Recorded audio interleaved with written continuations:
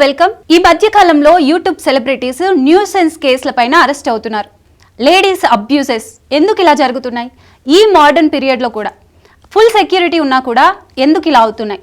So ఇవన్నీ తగ్గాలంటే అసలు ఏం చేయాలి? మనతో పాటు ఉన్నారు డాక్టర్ నవీన్, సైకియాట్రిస్ట్. ఆయన అడిగి మరిన్ని వివరాలు తెలుసుకుందాం. Hi sir, good evening. ఇప్పుడు పేరెంట్స్ ఇచ్చే ఫ్రీడంలో మంచి పరిచయం అనుకునేది చెడు పరిచయంగా ఎందుకు మారుతుంది అసలు? మనకు రిలేషన్షిప్ అనేవి పేరెంట్స్ ఫ్రీడమ్ ఇవ్వడం వల్ల మనకు ఉన్న ఫ్రెండ్స్లో ఉన్న వాళ్ళతోటి మన ఐడియాస్ వాళ్ళు ఎవరైతే షేర్ చేసుకుంటున్నారో వాళ్ళతో మనం కనెక్ట్ అవుతుంటాం. ఇది తర్వాత వాళ్ళ యొక్క న్యాచురల్ రియాక్షన్స్, వాళ్ళ న్యాచురల్ విషెస్, వాళ్ళ ప్రయోజనం కొద్దీ వాళ్ళు ఒక టైప్ ఆఫ్ టాస్క్ని వాళ్ళు ఎక్స్పెక్ట్ చేస్తుండొచ్చు ఇతరుల నుంచి. ఆ విషెస్ ఏవైతే ఉంటాయో అవి ఫుల్ఫిల్ చేసుకోవడానికి వాళ్ళకున్న ఫ్రెండ్షిప్ని ఒక మీడియం లాగా వాడుకొని వాళ్ళతోటి తీర్చుకోవడం అనేది చేస్తుంటారు కొందరు. సో ఇటువంటి వాళ్ళని మనము ఈ చాయిస్, అంటే ఈ ఫ్రెండ్ యొక్క చాయిస్ మన కెరియర్కి ప్రోగ్రెసివ్గా ఉపయోగపడుతుందంటే వాడు మంచి ఫ్రెండ్. ఆ ఫ్రెండ్షిప్ వల్ల మన ఎమోషన్స్, మన సైకలాజికల్ కంఫర్ట్, మన సపోర్ట్, అంటే నాట్ ఓన్లీ సైకలాజికల్గా సోషల్గా కూడా నేను ఒక సేఫ్టీకి గురవుతున్నాను, ఒక హ్యాపీనెస్కి గురవుతున్నాను అనుకుంటే ఆ రిలేషన్షిప్ దాంతో మన పనితనం కూడా పెరుగుతుంది. అంటే కన్నా డెఫినెట్గా మంచి రిలేషన్షిప్. ఈ రిలేషన్షిప్ వల్ల మన కెరియర్ ఇబ్బంది అవుతుంది, స్ట్రగుల్స్ ఫేస్ అవుతున్నాము, ఈ మనకున్న విషెస్ షేర్ చేసుకోవడం వల్ల 10 మంది చేత ఇబ్బంది పడుతున్నాం, తిట్టించుకోబడుతున్నాము, కెరియర్ నాశనం అవుతుంది అన్నప్పుడు ఆ రిలేషన్షిప్ ఎక్కడో నాట్ ఎ గుడ్ చాయిస్. ఈ రకంగా అర్థం చేసుకుంటే డెఫినెట్గా పేరెంట్స్ ఇచ్చే ఫ్రీడమ్ని సద్వినియోగం చేసుకున్నట్టు ఉంటుంది. ఓకే, ఇప్పుడు సోషల్ మీడియాలో జరుగుతున్న అబ్యూస్కి పోలీస్ డిపార్ట్మెంట్ అయితే చాలా కఠినంగానే శిక్షిస్తుంది. సో అయినా కూడా ఎందుకు జరుగుతుంది ఇలా? రీసెంట్గా ఈ మధ్య చూసిన ట్రెండ్లో గవర్నమెంట్స్ కానీ ఇటు పోలీస్ సిస్టమ్ కానీ వెరీ టఫ్ లాస్ అండ్ అన్నీ అప్లికై చేస్తున్నారు సోషల్ మీడియా అబ్యూజర్స్ పైన. ఇది వెరీ గుడ్ ట్రెండ్. ఇవైనా కూడా ఇది ఎంతైనా సరే ప్రజల్లో నుంచి, పబ్లిక్లో నుంచి ఒక కల్చర్, ఒక మార్పు అనేది కావాలి. అంటే సోషల్ మీడియా అనేది వెరీ పబ్లిక్ ఫోరంలో ఉంటూనే ప్రైవసీతోటి, అంటే there is a virtual media అనుకోండి, అంటే రియాలిటీ కానిది మనం కమ్యూనికేట్ చేయొచ్చు ఫిజికల్గా లేకున్నా కూడా బై టెక్స్టింగ్ మెసేజ్ తోటి, వీడియో సెండింగ్ తోటి. సో ఇటువంటి టైంలో మనిషి యొక్క న్యాచురల్గా వచ్చే విషెస్, న్యాచురల్గా వాని యొక్క ప్రవర్తన సో అక్కడ మనకు తెలుసు వస్తుంది. దీన్ని కొందరు అడ్వాంటేజ్ తీసుకున్నప్పుడు అక్కడ మనకు ఇబ్బంది అవుతుంటుంది. ఎప్పుడైతే ఈ అడ్వాంటేజ్ ఎక్కువైపోయి ఎక్స్‌ప్లాయిటింగ్ జరగడము, ఈవెన్ ఆ ఆపోజిట్ వ్యక్తి యొక్క పర్సనల్ సేఫ్టీకి, పర్సనల్ రెప్యుటేషన్కి ఇబ్బంది అవుతున్నప్పుడు అప్పుడు దాన్ని స్టాకింగ్ బిహేవియర్ అంటాం. సో ఇటువంటి స్టాకింగ్ బిహేవియర్ మనము ఒక క్రైమ్ రేట్గా చూస్తుంటాం. మన లాస్ ఉన్నాయి డెఫినెట్గా ప్రజల్లో, మరీ ముఖ్యంగా యూత్లో దాన్ని రెస్పాన్సిబుల్ వేగా యూజ్ చేసుకోవడం సోషల్ మీడియా అనేది మన కరికులంలో కూడా ఎక్స్ట్రా కరికులర్ యాక్టివిటీగా నేర్పించాల్సి వస్తుందేమో. సో అమ్మాయిలు చేసే ఫ్రెండ్షిప్ని అబ్బాయిలు కనిపెట్టకపోవడమే దీనికి కారణం అంటారా? అమ్మాయిలు చేసే ఫ్రెండ్షిప్ని అబ్బాయిలు కానీ అమ్మాయిలు కానీ ఇద్దరిది యొక్క పాత్ర ఉంటుంది. దీంట్లో కనిపెట్టబోయే అంశాలు ఏమిటంటే ఈ వ్యక్తి యొక్క ఫ్రెండ్షిప్లో, ఈ రిలేషన్షిప్లో తను కోరుతున్నవి ఏంటివి, తన ఫ్రీడంలో నుంచి తన సేఫ్టీ విషయాలను ఇబ్బంది అవుతున్నాయా, తన ప్రొఫెషనల్ కెరియర్ పనితనం విషయాలు అఫెక్ట్ అయిపోతున్నాయా, మరీ ముఖ్యంగా తన ఫ్యామిలీ బ్యాక్గ్రౌండ్ బేఖాతరు చేసి, తన ఫ్యామిలీ మెంబర్స్ యొక్క విషెస్ని బేఖాతరు చేసి తన ఏదో కోరుకుంటున్నారా. ఇక్కడ ఇటువంటి టైంలో మనం వెరీ బ్యాలెన్సింగ్ యాటిట్యూడ్లో మనం చూడాల్సి వస్తుంది. ఒకసారి అంటే ఫర్ ఎగ్జాంపుల్ ఒక టెల్లింగ్ లైస్, అంటే అబద్ధాలు చెప్పి ఒక ఏదన్నా ఒక ఇష్యూని తన ఫేవర్గా చేసుకోవడము, లేదు ఒక్కోసారి కాస్త ఎమోషనల్గా గురయ్యానని చెప్పేసి బెదిరింపులు ఒక్కోసారి దిగిపోవడము, ఒక్కొక్కసారి నాకు ఏదో ఆ టైంలో కోపం వచ్చేసింది కొట్టేశానని చెప్పేసి ఫిజికల్గా వాటిని వాడుకోవడము, ఇలాంటివి చేస్తున్నప్పుడు మనిషి యొక్క ఇంపల్సివ్నెస్ మనం అర్థం చేసుకోవాలి. ఈ ఇంపల్సివ్ బిహేవియర్ అండర్స్టాండబుల్ ఉండి కన్సెన్సువల్గా కమ్యూనికేషన్ అంటాం. ఎప్పుడైతే ఒకరికొకరు బేరబుల్ చేసేంతగా కమ్యూనికేషను కన్సెన్సువల్గా జరుగుతుందన్నప్పుడు ఎక్కడ కూడా సేఫ్టీకి ఇష్యూ ఇబ్బంది ఉండదు, పర్సనల్ సైకలాజికల్ కంఫర్ట్నెస్కి ఇబ్బంది ఉండదు. ఎప్పుడైతే నాన్ కన్సెన్సువల్ కమ్యూనికేషన్ జరుగుతుందో అది ఫిజికల్గా కానీ సైకలాజికల్గా కానీ వీటిని క్రైమ్గా చూడాల్సి వస్తుంది. అవి గమనించారనుకోండి డెఫినెట్గా మనము వీళ్ళతోటి లాంగ్ రన్గా షార్ట్ రన్గా మనకు వచ్చే బెనిఫిట్ చూసామనుకోండి, yes maybe you are benefited. But ఇదే వ్యక్తితోటి లాంగ్ రన్గా మనం రన్ అవుతున్నప్పుడు, ఇప్పుడు ఫర్ ఎగ్జాంపుల్ ఈ వ్యక్తితో ఉన్న రిలేషన్షిప్ మ్యారేజ్ దాకా వెళ్ళాలి, మ్యారేజ్ నుంచి ఫర్దర్గా ఫ్యామిలీ లైఫ్ అంతా లీడ్ చేయాలనుకున్నప్పుడు మ్యారేజ్కి వచ్చేసరికల్లా కొన్ని బ్యారియర్స్ వస్తాయి.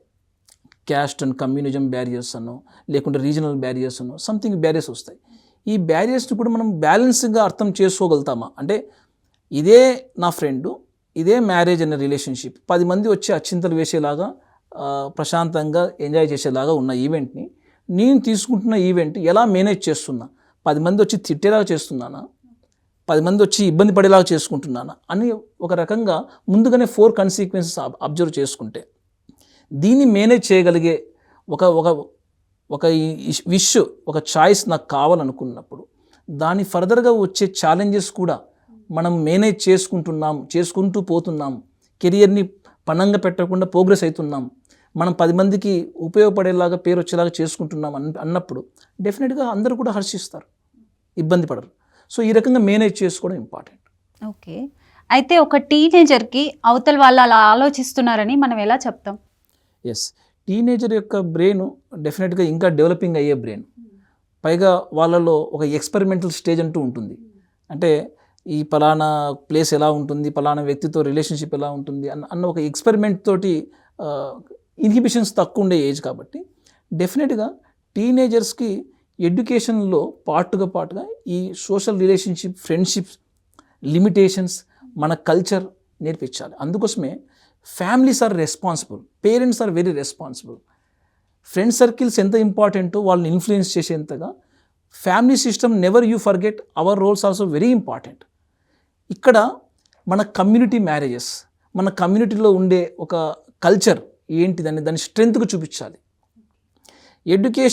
ఎడ్యుకేషన్ వల్ల వచ్చే ఫర్దర్ కెరియర్ ఒక కాంపిటేటివ్ లాగా వెళ్ళే కొద్ది కన్నా నాలెడ్జ్ బేస్ మాత్రమే ఎడ్యుకేషన్, కల్చర్ మాత్రం మిగతా సొసైటీ ఇస్తుంది, మన కమ్యూనిటీ ఇస్తుంది అన్న ఒక భావం ఇచ్చామనుకోండి, మనకున్న రిలేషన్షిప్ ఒక ట్రాప్లో పడిపోకండి. ఇంకా మీరు పేరెంట్స్ దూరం వెళ్ళాము, ఇక్కడ ఈ వ్యక్తితో పరిచయం ఏర్పడ్డాయి, వీళ్ళతోటే మా సావాసం జరుగుతుంది, సో పేరెంట్స్ చెప్పుకోలేకపోతున్నాం, ఈ ట్రాప్లో పడేదానికన్నా ఓపెన్ కమ్యూనికేషన్ వెరీ ఇంపార్టెంట్.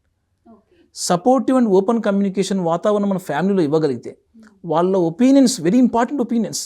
ఒక ఎంసెట్ తర్వాత నేను ఫర్ ఎగ్జాంపుల్ ఇంటర్మీడియట్ తర్వాత ఏ చాయిస్ వెళ్ళాలి అనుకున్న ఎంత ఇంపార్టెంట్ చాయిస్, వ్యక్తులతోటి ఫ్రెండ్షిప్ అండ్ ఈ చాయిసెస్ నా ఎలా ఉన్నాయి, ఎక్కడ ఇబ్బందులు ఉన్నాను, ఎక్కడ నేను హ్యాపీగా గర్వంగా ఉంటున్నాను అన్నది కూడా షేర్ చేసుకుంటే డెఫినెట్గా వాళ్ళు కాస్త నేర్చుకోగలుగుతారు.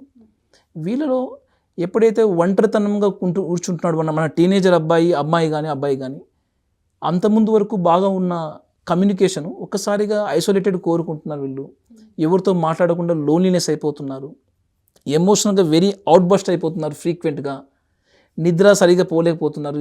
పొద్దుస్తమానము సెల్ ఫోన్స్, ల్యాప్టాప్స్ వీటిలోటి ఆ కమ్యూనికేషన్ తోటి సీక్రెట్గా మెయింటైన్ చేస్తున్నారు, డోర్స్ వేసుకుంటూ ఎక్కువ టైం స్పెండ్ చేస్తున్నారు. తర్వాత చెప్పా పెట్టకుండా ఇంట్లో నుంచి బయటికి వెళ్ళాక అప్పుడు ఇన్ఫర్మేషన్ ఇవ్వడము, లేకుంటే ఎక్కడికి వెళ్తున్నారు, ఏ పార్టీకి వెళ్తున్నారు, ఎవరితో ఉంటున్నారు అన్న ఇన్ఫర్మేషన్ పేరెంట్స్ తెలియకపోవడము, ఇవన్నీ కూడా కాస్త ఇంపార్టెంట్ సిగ్నల్. మన బాబు కానీ పాప కానీ ఎక్కడో వాళ్ళ యొక్క మనస్సుని మనం అర్థం చేసుకోలేకపోతున్నాం, ఎక్కడో వీళ్ళు కమ్యూనికేషన్ చేయడంలో మనం ఎక్కడో బ్యారియర్స్ ఫీల్ అవుతున్నారు. సో లేకుంటే రాంగ్ చాయిస్ సెలెక్ట్ చేసుకుని ఇబ్బందులు పడుతున్నారా, ట్రాప్లు పడుతున్నారా, ఇవి గమనించాలి, డిస్కస్ చేయాలి. ఒక్కోసారి మనం ఓపెన్గా అడిగే ఒక డిస్కషన్ ఫ్యామిలీలో వాళ్ళలో ఒక్కసారిగా అంతవరకు ఎలా చేయాలి అని తెలియకుండా ఉండే బ్యారియర్ ఫ్రీడమ్గా వాళ్ళు కమ్యూనికేట్ చేస్తుంటారు. సో ఈ సైన్స్ గమనించాలి. ఓకే, అంటే ఇప్పుడు ఒక తప్పుని తీసుకుంటే what ever it may be, ఒకరి వైపే ఉంటుందా లేకపోతే ఇద్దరి వైపు నుంచి ఉంటుందా? తప్పు అన్న పదం వెరీ బ్రాడ్ పదం. ఇద్దరి వైపు అంటే బహుశా మీరు అన్నది హెట్రోసెక్షువల్గా చెప్పుకోవాలనుకుంటే మేల్ అండ్ ఫీమేల్గా అడుగుతున్నారు అనుకుంటాను. సో ఇరువైపులా అంటే ఈ మేల్ అండ్ ఫీమేల్లో ఒక తప్పు అనేది అది మాట పరంగా చేసే ఇబ్బందులా, అంటే వర్బల్ అబ్యూజా, లేకుంటే ఫిజికల్ అబ్యూజా, సైకలాజికల్ అబ్యూజా, సంథింగ్. ఈ తప్పులు మనకు డెఫినెట్గా ఇద్దరి సైడ్ నుంచి కావచ్చు, లేదంటే ఒకరి సైడు యొక్క యాటిట్యూడ్, వాళ్ళ కల్చర్. నేను టోటల్గా మెడికలైజ్ చేయట్లేదు ఈ యొక్క తప్పుల్ని. సోషలైజ్గా మనం చెప్పాల్సి వస్తే, బ్రాడ్గా సోషలైజ్ చేయాల్సి వస్తే, వాళ్ళ యొక్క ఏదో చదువు కోసం వచ్చాము, అడల్ట్ అయ్యాము, ఒక రిలేషన్షిప్ కావాలి, నాట్ సీరియస్లీ కమిటెడ్ రిలేషన్షిప్, ఒక మ్యాచ్ అన్న ఫీలింగ్ తోటి ఎక్కువ మంది అమ్మాయిలతో నేను ఒక రిలేషన్షిప్లో ఉంటే నాకు అంత ఎక్కువగా మ్యాచ్ అన్న ఫీలింగ్ లాగా నాకు వస్తుందన్న ఒక థాట్ తోటి, ఒక గోల్ తోటి ఎక్కువగా ఎక్స్ప్లాయిట్ చేయడము రిలేషన్షిప్ని, ఇవి గమనించగలగాలి. అమ్మాయి సైడ్ కూడా సేమ్, మనకున్న ఫ్రీడమ్ని, ఆపర్చునిటీని ఎక్స్ప్లాయిట్ చేస్తున్నామా, ప్రాపర్గా యూజ్ చేస్తున్నామా. సో వీళ్ళు ఎంత మోటివేటెడ్గా ఉన్నారు, ఎంత కమిటెడ్గా ఉన్నారు ఆ చాయిస్, ఆ టైం స్పెండ్ గివింగ్ తోటి. అంటే ఈయనతో ఇంత టైం స్పెండ్ చేస్తున్నాను, ఇంత వాల్యూ ఇస్తున్నాను ఈ రిలేషన్షిప్కి అన్నప్పుడు దీనికి అండర్లయింగ్ ఒక గోలో, ఒక మీనింగో ఉంటుంది. అంటే ఫర్ ఎగ్జాంపుల్ కలిసిపోతున్నాం as a casual friend, knowledge sharing, ఇంటర్మీడియట్లో, డిగ్రీనో, ప్రొఫెషనల్ కెరియర్లో నాలెడ్జ్ షేరింగ్, ఫ్రెండ్షిప్ యూజువల్గా జరుగుతుంటాయి. పలానా కోర్స్ని ఇంత చదివాను, నువ్వు ఇంత చదివావు, let me tell about what you already learn. అలా ఎక్స్చేంజ్ ఆఫ్ ద నాలెడ్జ్ అని ఉండొచ్చు. లేదంటే ఫండ్ షేరింగ్, ఎగ్జామ్స్ అయిపోయాయి, అందరం కలిసి ఒక సినిమాకి వెళ్దాము, అలా ఒక టూర్కి వెళ్ళొద్దాము. సో ఇలా knowledge sharing, some people will be learn how to live in a happy manner, healthy manner. So exercise చేయడము, పెట్ అనిమల్ గురించి చెప్పుకోవడము, డిస్కస్ చేయడం, ఇలా ఈ రకమైన హెల్తీ కమ్యూనికేషన్ ఉంది అన్నప్పుడు జనరల్గా nothing will be what the goal. నువ్వు ఏర్పరచుకున్న రిలేషన్షిప్ యొక్క అండర్లయింగ్ మోటివేషన్ ఏంటి. దీంట్లో ఏమన్నా ఫ్యాబ్రికేటెడ్గా ఉన్నారనుకోండి, మనం గమనించగలగాలి. ఫర్ ఎగ్జాంపుల్ ఫ్రీక్వెంట్గా మనీ అడుగుతున్నారు ఫర్ ద నో రీజన్, ఫ్రీక్వెంట్గా టైం అడుగుతున్నారు, ప్రైవసీ టైం అడుగుతున్నారు, ఫ్రీక్వెంట్గా మనకు బయటికి వెళ్ళాలని డిమాండ్ చేస్తున్నారు, రాకపోతే తిట్టేస్తున్నారు. సో ఈ రకంగా ఎక్కడో కొద్దిగా మనం ఇవన్నీ సిగ్నల్స్గా తీసుకోవాలి, ఇది బ్యాడ్ సంకేతాలకి. For example romance is not a illegal term, romance is not a unhealthy term. Every relationship of any marriage and something, any relationship start అయ్యేది ఒక కన్సెన్షువల్గా వచ్చే ఒక రొమాంటిక్ రిలేషన్షిప్. బట్ దీన్ని how much we are genuinely we are using అనేది తెలుసుకోగలగాలి, important. ఇప్పుడు abuse చేసే వాళ్ళు అంటే అందరు అలానే అని కాదు, అంటే వాళ్ళ ఇంట్లో కూడా లేడీస్ ఉంటారు. సో కానీ కొంతమందే ఎందుకు ఇలా చేస్తున్నారంటారు? సో అబ్యూస్ చేసే వాళ్ళలో అమ్మాయిలు కానీ అబ్బాయిలు కానీ సొసైటీలో టు సే ఫ్రాంక్లీ ఇప్పటికీ మన సొసైటీ మెయిల్ డామినెంట్ సొసైటీ అనుకోవచ్చు. దీంట్లో ప్రతి ముగ్గురులో ఒకరు మేల్స్ కూడా బాధితులుగా గమనిస్తున్నారు. As per the NCRB data ప్రకారం చూసినా కూడా, లేకుంటే నేషనల్ ఫ్యామిలీ హెల్త్ సర్వే ప్రకారం చూసినా కూడా, ఈ రెండు లార్జెస్ట్ సర్వేస్ మన యొక్క డేటా, మన ఇండియన్ డేటా చూస్తే వీటి ప్రకారం చూసినా కూడా ప్రతి మూడింట్లో ఒక మేల్ బాధితుడు కూడా ఉన్నారు. ఎస్ అండి. సో ఇక్కడ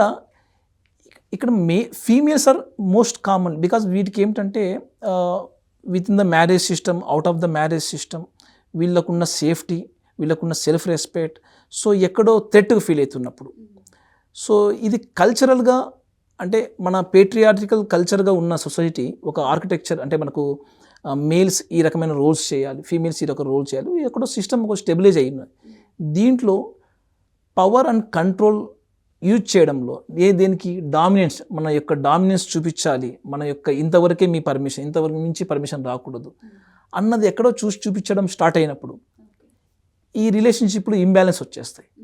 ఒక్కోసారి ఇంబ్యాలెన్స్ అయినా కూడా మళ్ళీ ఒక రీబఫ్ మాదిరిగా ఒక పాత్రని ఇంకో పాత్ర ఎఫిషియెంట్గా పోషిస్తున్నారు, లెట్ మీ గివ్, అలా ఒక ఇచ్చిపుచ్చుకునే దూరంలో ఉన్నప్పుడు జనరల్గా మనకు అక్కడ ఎక్కడ కూడా వైలెన్స్ అన్న క్వశ్చన్ రాదు. మరీ ముఖ్యంగా ఫీమేల్స్లో ఎడ్యుకేషన్ అండ్ ఫైనాన్షియల్ ఇండిపెండెన్స్, ఇవి రెండు ఎప్పుడైతే వస్తుంటాయో వీళ్ళలో స్టాటిస్టిక్స్ ఏం చెప్తాయంటే తక్కువగా వైలెన్స్ గురవుతుంటారు. మేల్స్ అన్న వాళ్ళు కూడా గురవ్వచ్చు అబ్యూస్, అది సైకలాజికల్ కావచ్చు, ఫిజికల్ కావచ్చు, సెక్సువల్ కావచ్చు. సో రిపీటెడ్ అఫెండర్స్ ఏవైతే ఉంటారో, అంటే వాళ్ళు మెడికలైజ్ చెప్పాలంటే పర్సనాలిటీగా ప్రాబ్లమ్స్ ఉన్నారు, అంటే వాళ్ళు easy to discharge their emotions, anger, కోపాన్ని వెరీ ఈజీగా ప్రదర్శిస్తున్నారు, ఫ్రస్ట్రేషన్ని లో టాలరెన్స్ చేస్తున్నారు, ఈజీగా వాళ్ళు they are discharging their negative emotion. ఇటువంటి పర్సనాలిటీ ట్రైట్స్ ఉన్న వాళ్ళు రిపీటెడ్గా ఎక్కువగా అబ్యూస్ చేయవచ్చు. సో ఈ అబ్యూసెస్ అయితే ఇంకా జరుగుతూనే ఉన్నాయి. ఇలా జరుగుతున్నందుకు ఇంకా చట్టాలు ఏమన్నా స్ట్రిక్ట్గా అమలు చేయాలంటారా, లేకపోతే వాళ్ళ మానసిక ఆలోచనలు ఏమన్నా మార్చుకోవాలంటారా? ఎస్, ఇది ఇస్ వెరీ ఇంపార్టెంట్ క్వశ్చన్ అండి. ఎప్పటికప్పుడు మన హ్యూమన్ లివింగ్స్ మారుతూ ఉన్నాయో, అంటే రూరల్ నుంచి అర్బనైజ్ అయిపోతున్నాం, మనం గ్లోబలైజ్ అయిపోతున్నాం, ఫ్యామిలీ సిస్టమ్స్ మారిపోతున్నాయి, కంబైన్డ్ ఫ్యామిలీ, జాయింట్ ఫ్యామిలీ నుంచి మనం nuclear family, single separated families కూడా మనకు ఉన్నాయి. సో ఇటువంటి ఫ్యామిలీ సిస్టమ్ మారుతున్నప్పుడు సోషల్ మీడియా కానీ లేకుంటే ఈ యొక్క అబ్యూజివ్ రిలేషన్షిప్స్ కానీ నేచర్ మారిపోతూ ఉంటుంది. ఇప్పుడు ఫిజికల్ అబ్యూస్ కన్నా ఒక్కోసారి సైకలాజికల్గా ఎక్కువ ఎఫెక్ట్ కావచ్చు సోషల్ మీడియా అబ్యూస్ తోటి. సో ఈ రకమైన డెవలప్మెంట్స్ మన పాలసీస్, చట్టాలు కూడా ఇన్నోవేట్ చేసుకుంటుంటాయి. దానికి ఎగ్జాంపులే రీసెంట్గా మన గవర్నమెంట్, మన 2 రాష్ట్రాల గవర్నమెంట్ స్ట్రిక్ట్గా మనకు అప్లై చేస్తున్న సోషల్ మీడియా రెగ్యులేషన్స్. సో దానికి సంబంధించిన అరెస్టులు కూడా.